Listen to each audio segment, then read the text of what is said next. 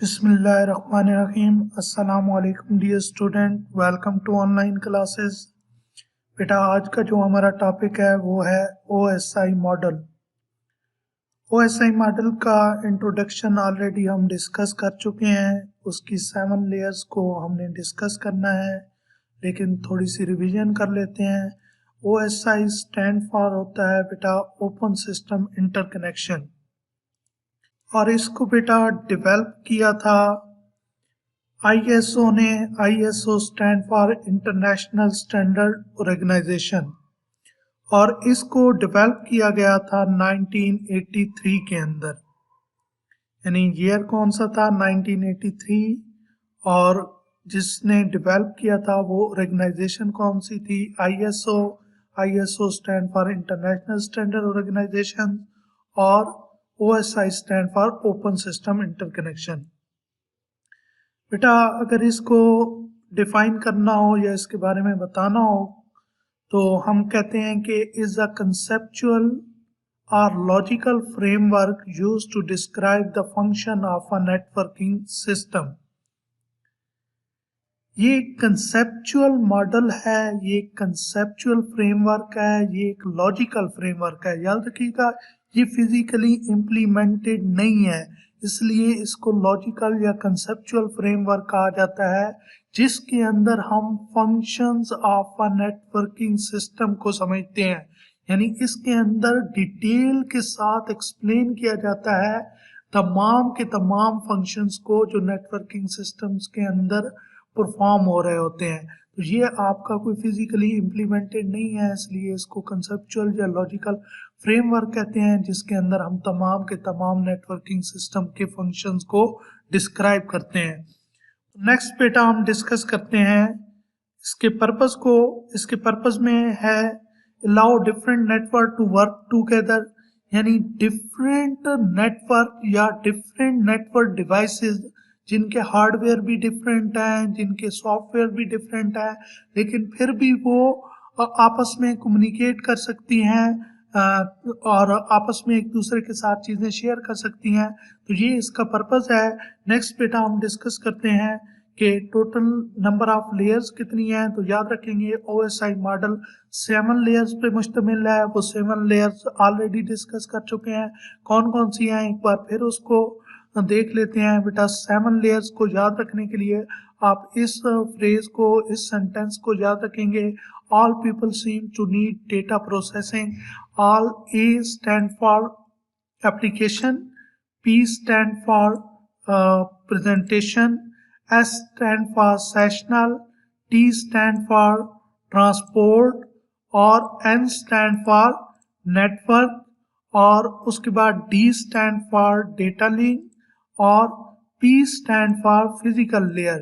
यानी इस तरह हम तमाम लेयर्स को आसानी से याद रख सकते हैं और उनका सीक्वेंस भी याद रख सकते हैं कि A stand for application layer, P stand for presentation, S stand for sessional, T transport, और N नेटवर्क के लिए, D डेटा लिंक के लिए, और P आपका है फिजिकल के लिए। तो इस सेंटेंस को याद रख के आप क्या कर सकते हैं, तमाम की तमाम लेयर को इजीली उनके नाम और उनके सीक्वेंस को याद रख सकते हैं।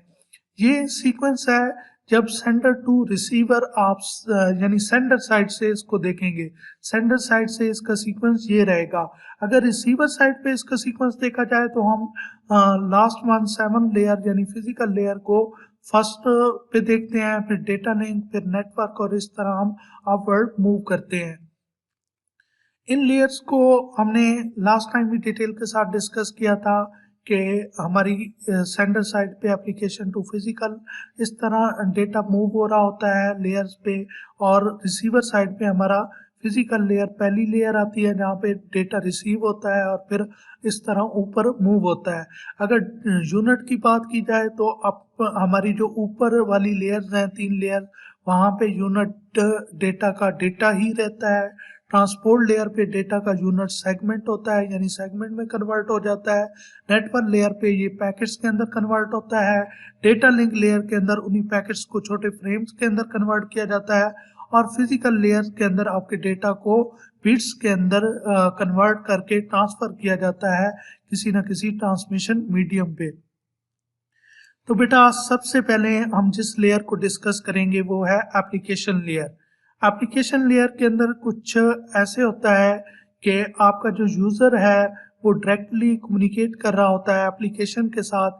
जैसे यहाँ पे वो रिक्वेस्ट कर रहा है किसी भी कंटेंट की वेबसाइट को, और वो कंटेंट उसको रिटर्न होगा जिस फॉर्मेट के अंदर उसने रिक्वायर्ड किया होगा।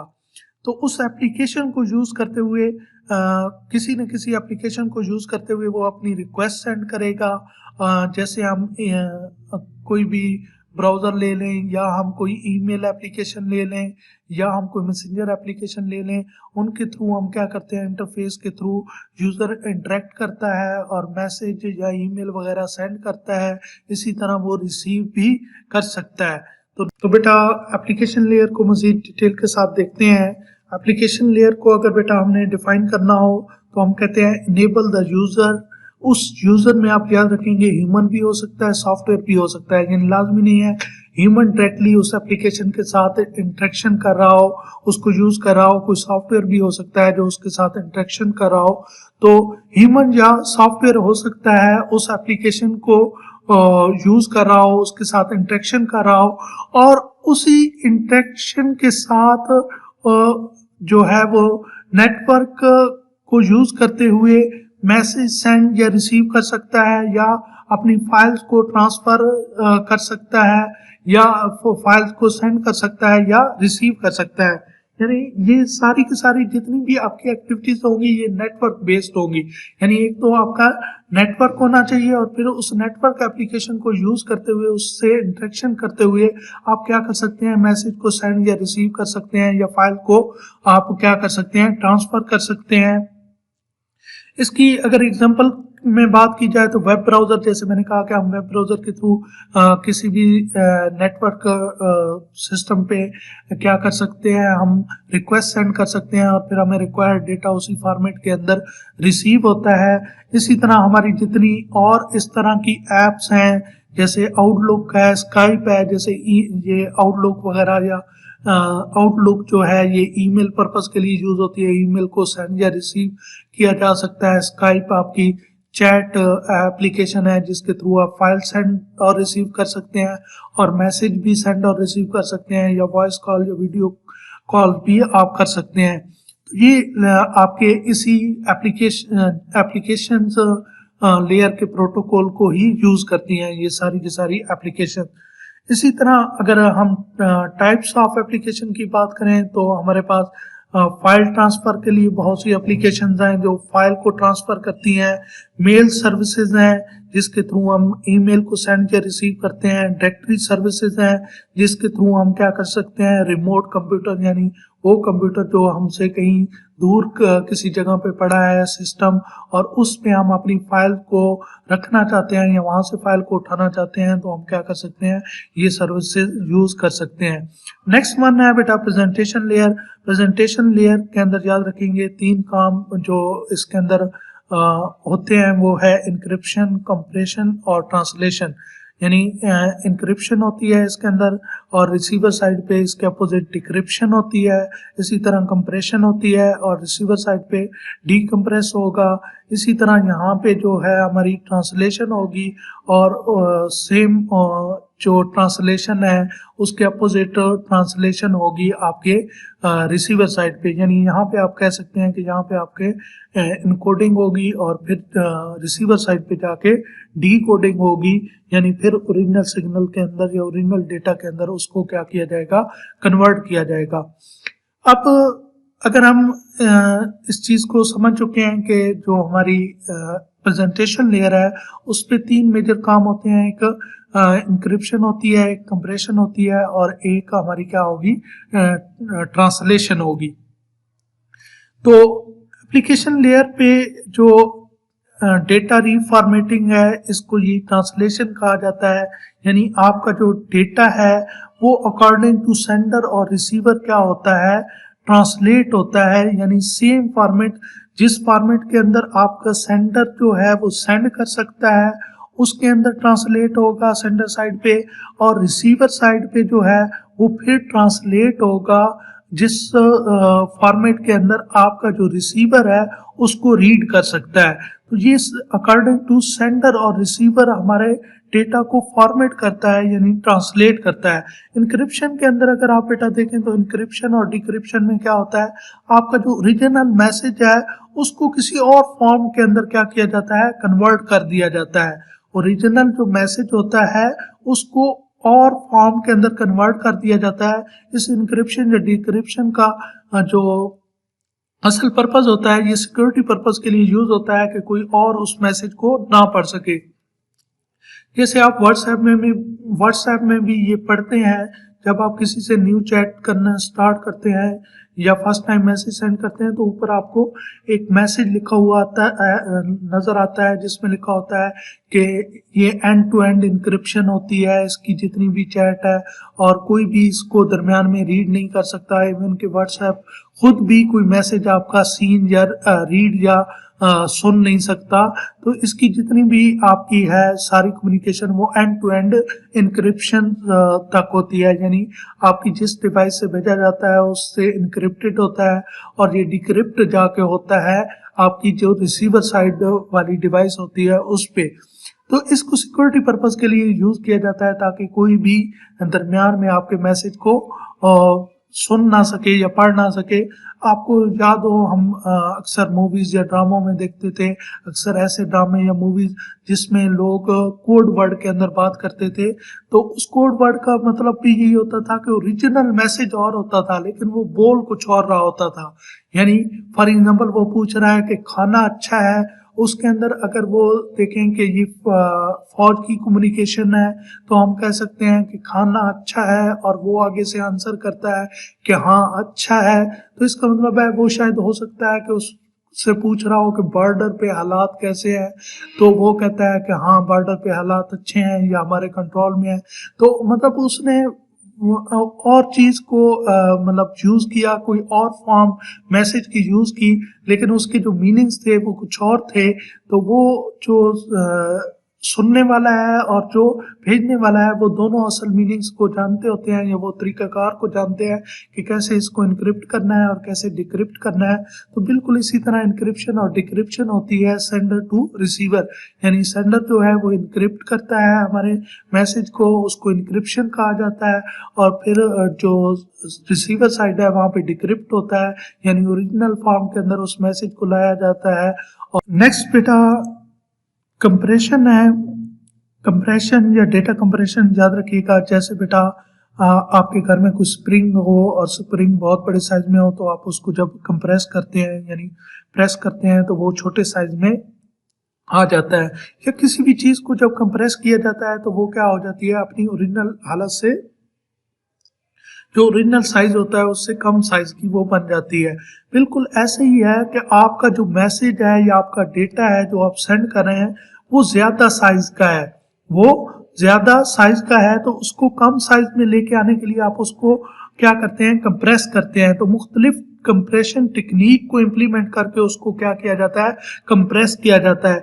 और ये कंप्रेशन इस तरह होती है कि जब रिसीवर साइड पे ये मैसेज जाए और इसको डीकंप्रेस किया जाए तो वो फिर ओरिजिनल हालत में आ जाए। यानी ये नहीं है कि वो जब रिसीवर साइड पे जाए तो उसमें से आधा डेटा मिस हो, उसमें से वो जो ओरिजिनल मैसेज था उसकी 2-3 लाइन या जो भी चीज है वो खत्म हो जाए। ऐसा नहीं होता, बल्कि उसको ऐसी टेक्निक से कंप्रेस किया जाता है कि जब वो रिसीवर साइड पे पहुंचता है और उसको डीकंप्रेस किया जाता है तो वो उसी तरह ओरिजिनल फॉर्म के अंदर आ जाता है।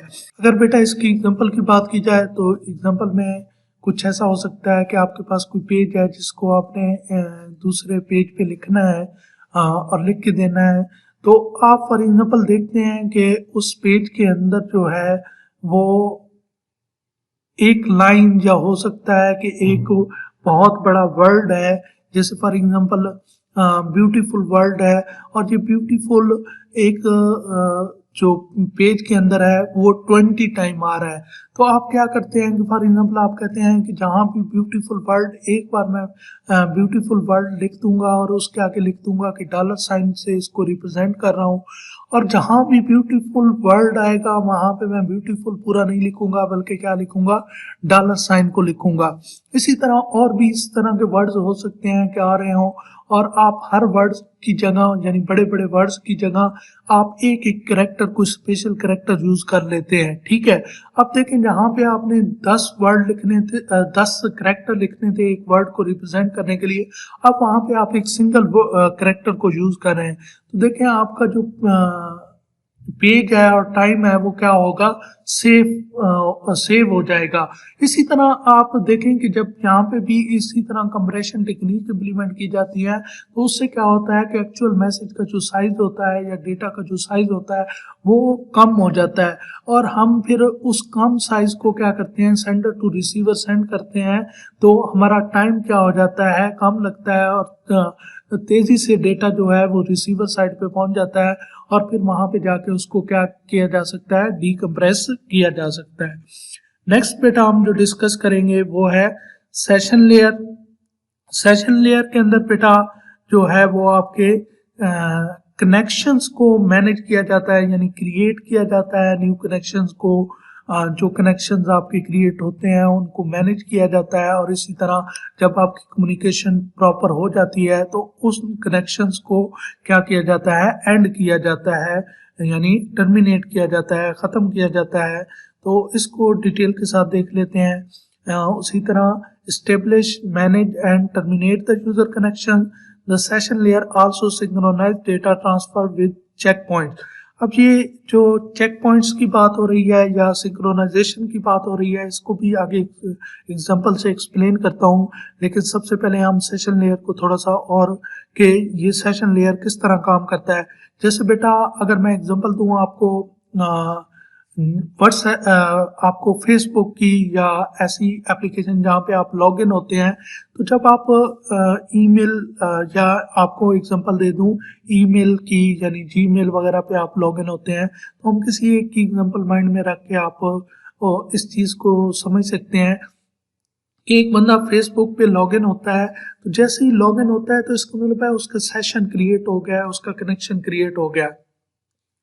अब वो जब तक उसको यूज करता रहेगा वो उस डिवाइस के साथ क्या है, अटैच है, उस पर कोई ना कोई काम कर रहा है, यानी वो जो एंड डिवाइस है, क्योंकि हमारा सारा का सारा जो डेटा होता है वो कहाँ पे पड़ा होता है, वो किसी सर्वर कंप्यूटर पे पड़ा होता है। तो हम अपनी डिवाइस से क्या करते हैं, लॉग इन करते हैं, अपना कनेक्शन क्रिएट कर देते हैं उस सर्वर के साथ, उस डिवाइस के साथ। अब हम क्या करते रहते हैं, कम्युनिकेशन करते रहते हैं। तो जब ये कम्युनिकेशन आप देखें हो रही है तो इसका मतलब है कोई एक लाइन है जिस पे ये कम्युनिकेशन हो रही है, तो वो जो भी रिसोर्सेज उसके अंदर यूज हो रहे हैं वो रिसोर्सेज हमारे लिए क्या रहते हैं, रिजर्व रहते हैं, यानी उस लाइन पे या उस रिसोर्स पे कम्युनिकेशन किसकी हो रही है, मेरी हो रही है। तो वो जितने कम्युनिकेशन मेरे लिए यूज हो रहे हैं, मेरी कम्युनिकेशन पर्पस के लिए यूज हो रहे हैं, तो वो रिजर्व पड़े हैं मेरे लिए, क्योंकि मैं क्या कर रहा हूँ, उस चीज को यूज कर रहा हूँ। अब देखें जब हमने उस चीज को यूज करना छोड़ देते हैं, यानी अब मैंने उसके साथ कम्युनिकेशन नहीं करनी, तो फिर हमें उस कनेक्शन को क्या कर देना चाहिए, डिस्कनेक्ट कर देना चाहिए। उस कनेक्शन को हमें क्या कर देना चाहिए, टर्मिनेट कर देना चाहिए। अगर हम टर्मिनेट नहीं करेंगे तो फिर क्या होगी कि वो तो मेरे लिए रिजर्व रहेगी, तो इसका मतलब है हमारा रिसोर्स क्या है, रिसोर्स वेस्ट हो रहा है। हम उसके साथ कनेक्ट हैं लेकिन हम उसको यूज नहीं कर रहे, तो उसको कोई और उस टाइम के अंदर यूज कर सकता है, तो हम तो ऐसे ही वेस्ट कर रहे हैं। तो फिर क्या किया जाता है, इसलिए जब भी हमने क्या करना होता है, कम्युनिकेशन करनी होती है, तो हम कनेक्शन इस्टेब्लिश करते हैं और फिर उसको यूज करते हैं, यानी मैसेज सेंड या रिसीव या जो भी डेटा ट्रांसफर वगैरह करना होता है हम करते हैं। और फिर जब हम ये काम कर लेते हैं तो हम क्या करते हैं, अपने कनेक्शन को क्या कर लेते हैं, उसको क्लोज कर देते हैं, उसको टर्मिनेट कर देते हैं। और इसके अंदर जो सिंक्रोनाइजेशन की बात हो रही है या synchronize data transfer with check points, तो वो भी इसका एक एडवांटेज है कि उस तो बेटा इस एडवांटेज को हम एक एग्जांपल के साथ समझते हैं। जैसे यहाँ पे आपको एक एग्जांपल दी गई है कि 100 मेगाबाइट की एक फाइल है और उस 100 मेगाबाइट फाइल को आपने ट्रांसफ़र करना है किसी सेंडर टू रिसीवर। तो आप क्या करते हैं, हर 5 के बाद चेक पॉइंट लगा देते हैं, हर 5 मेगाबाइट के बाद। तो इसमें हमें फ़ायदा क्या होगा इन चेक पॉइंट्स का, कि फॉर एग्जांपल हमने क्या किया कि हमने इस डेटा को ट्रांसफ़र करना स्टार्ट कर दिया सेंडर टू रिसीवर, और हो सकता है कि 52 बाइट्स जो हैं वो ट्रांसफ़र हो चुकी थी कि दरमियान में कोई ना कोई कनेक्शन प्रॉब्लम बन जाता है, कुछ किसी किस्म की एरर आ जाती है और हमारा डेटा ट्रांसफ़र होना बंद हो जाता है। अब हमने दोबारा उसको रिज्यूम करना है, हमने डेटा ट्रांसफ़र दोबारा करना है सेंड, क्योंकि अभी कंप्लीट तो नहीं हुआ था। तो अब इस चेक पॉइंट का फायदा क्या होगा, वो भी लास्ट चेक पॉइंट होगा उससे दोबारा सेंड करना स्टार्ट करेगा, ना कि वो स्टार्ट से बिल्कुल 1 से स्टार्ट करे। तो अब देखें, अगर ये चेक पॉइंट ना होते तो हमें दोबारा 1 से ही स्टार्ट करना पड़ता उसको दोबारा सेंड करना फाइल को। तो अब हम क्या करेंगे कि 50 मेगाबाइट्स जो है वो ऑलरेडी पहुंच चुकी हैं, हम 50 से आगे स्टार्ट करेंगे और फिर 55 तक जाएगा, फिर 60, फिर हो सकता है कि बाद में फिर एरर आए, तो फिर जो लास्ट चेक पॉइंट होगा उससे आगे क्या किया जाएगा, फाइल को सेंड करना स्टार्ट किया जाएगा। तो ये किसका एडवांटेज है सिंक्रोनाइजेशन का। तो नेक्स्ट बेटा हम जितना भी इसके अंदर हमारी लेयर्स रह गई हैं वो नेक्स्ट लेक्चर के अंदर हम डिस्कस करेंगे। यहाँ तक अगर बेटा आपका कोई भी क्वेश्चन हो तो आप पूछ सकते हैं। थैंक यू सो मच बेटा, ख्याल रखिएगा, अल्लाह हाफिज़।